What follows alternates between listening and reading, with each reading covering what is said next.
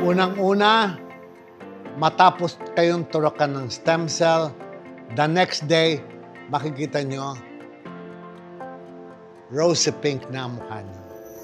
Mamumulang bigla ang mukha nyo naturally without putting blush on. Ibig sabihin, yung stem cell ay nagwo-work na sa katawan nyo.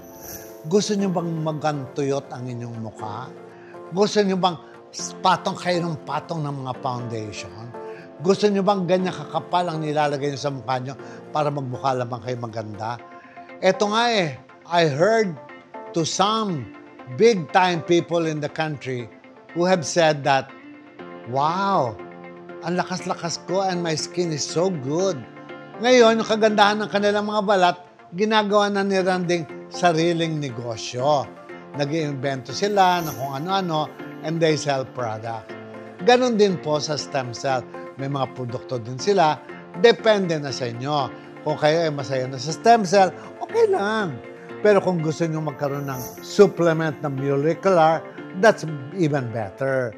Alam niyo po ako, I'm past 25. But I don't take the regular kind of vitamins. Wala na ako dyan sa mga vitamin E, wala na ako dyan sa mga vitamin C, wala na ako dyan.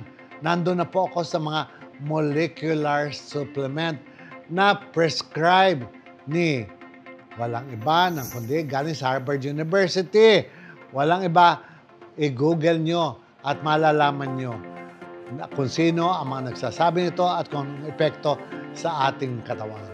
Again, walang iba kundi si Dr. Sinclair ng Anti-Aging University ng Harvard.